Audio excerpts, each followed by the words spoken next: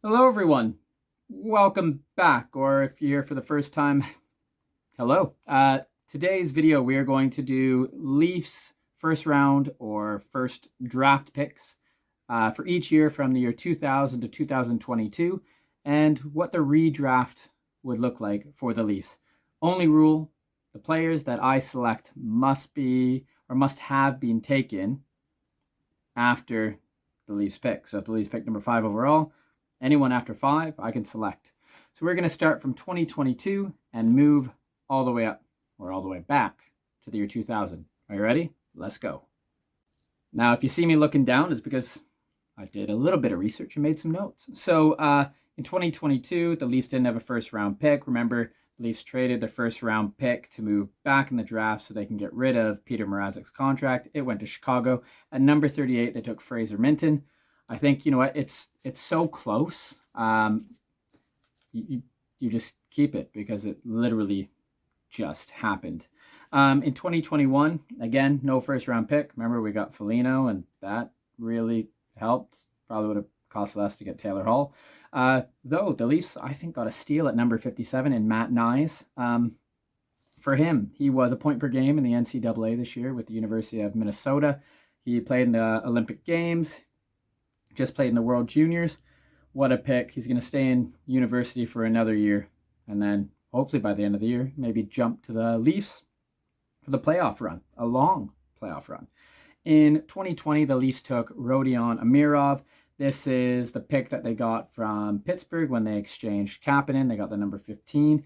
And we all know the Rodion Amirov story, what he's battling through. And he's back on the ice. He's going for it. You keep him. Yeah, there's players like Dawson Mercer, who was taken later, who's played a couple games. He had 46 points, I think.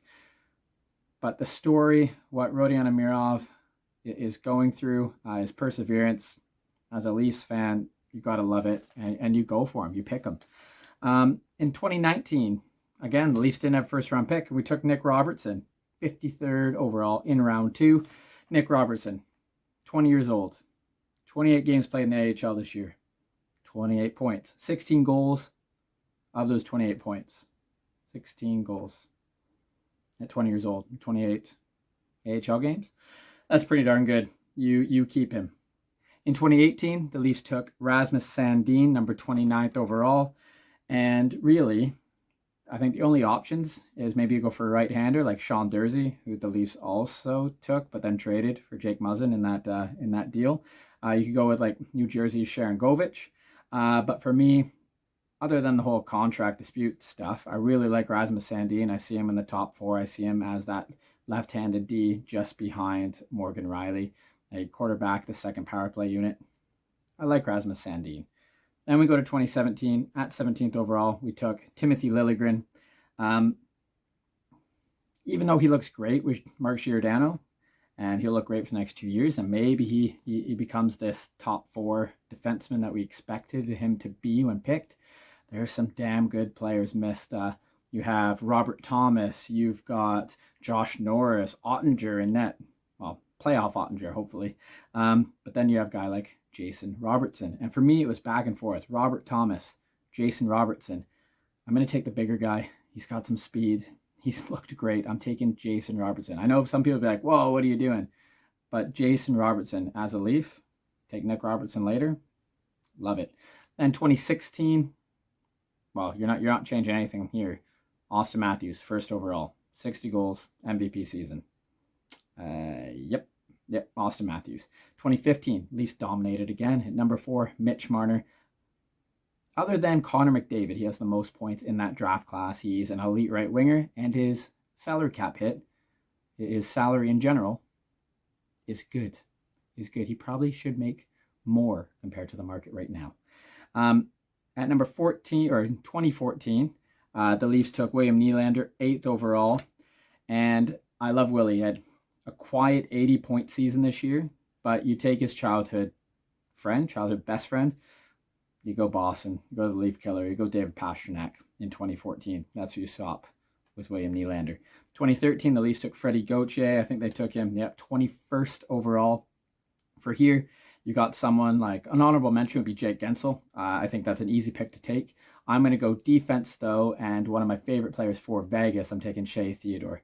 Big, smooth skating, just commands the ice. I really like Shea Theodore. That's who I take instead of Freddie Gauthier. In 2012, you got Morgan Riley. You could go Tom Wilson. No, I'm not going Tom Wilson. You could go Fleet Forsberg. That's not bad. I still can't believe Washington traded Forsberg for Martin Erat. One of the worst trades in NHL history. Am I right? Morgan Riley's the clear front runner if Andrei Vasilevsky wasn't in the draft. Because yes, you take Andrei Vasilevsky at number 5 over Morgan Riley. In 2011, Leafs had 2 first-round picks. You know how they traded up and got Tyler Biggs, and then you had Stuart Percy. Well, I'm breaking my own rules here. I'm taking both. I'm not taking Biggs or Percy, but at 22, I'm taking Nikita Kucherov, and at 25, I'm taking, that's right, Johnny Hockey, Johnny Gaudreau. Just imagine. We got Biggs and Percy. In 2010, we took Brad Ross. I think that was back in, let's see, it was number 43, round 2. So that's Brad Ross. I'm going with, you could go with like Brendan Gallagher, who's a little SHIT, but I think he would be a great Leaf. Leafs fans would eat him up. But I'm going with the defensive specialist, the takeaway specialist, Vegas captain, Mark Stone. In 2009, Nazem Kadri, 7th overall. The only other option for me here is Ryan O'Reilly. I can't believe Ryan O'Reilly could have done the whole gone through waivers thing if that trade. I listened on to the Steve Dangle podcast, I think. Go back, go listen to it, where it was like he was going to get traded, but he would have to go through re-entry waivers when that was a thing. Back with the whole Colorado thing during the lockout. Anyway, I think you go Ryan O'Reilly. I would take the Nazem Kadri from this year, but for consistency's sake, I take Ryan O'Reilly, face-offs, his ridiculous, maybe just his ridiculous stick curve. The one that looks like that. Yeah, sure. Ryan O'Reilly in 2009 at 7th overall. In 2008, Luke Shen, that was number 5. I'm going with another defenseman. Now, if I'm taking recency bias, I'm taking Roman Josi, but through, pure dominance, I'm going Erik Karlsson. I got to watch him a lot when he was a Senator. He dominated every shift, and oh God, just imagine some of those crazy plays as a Leaf in the blue and white. In 2007, Leafs took Dale Mitchell, round 3, number 74 overall. I'm taking the guy who was picked 3 picks later, has over 400 points already in his career, Alex Killorn, multiple Stanley Cups. In 2006, at number 13, Yuri Tlusly. Other options, you could have Brad Marchand.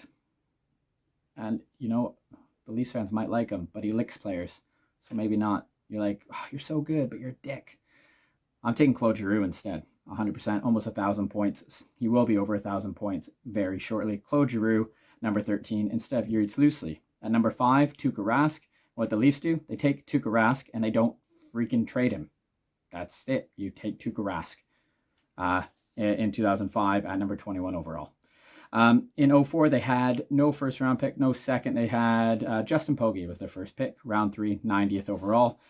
This is the guy that they chose over Tuukka Rask. What are you doing? Just trade Justin Pogge. That's what you should have done. I take the guy that was taken 1 pick later at number 91, Alex Edler.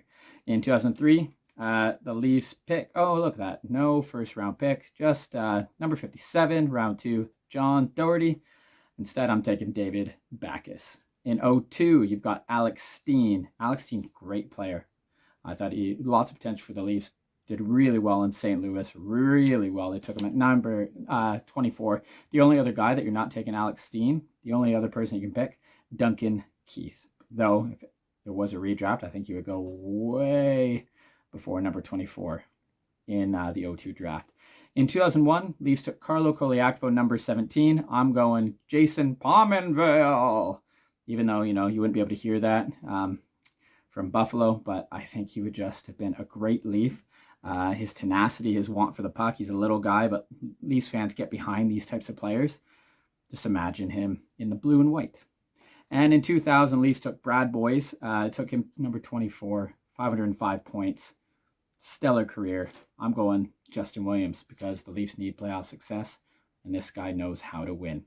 That's my picks those are my redraft. That's who I'd take with the Leafs' first pick for each year. Who would you pick? Comment down below. See you later, everyone. See you next time. Go Leafs, go.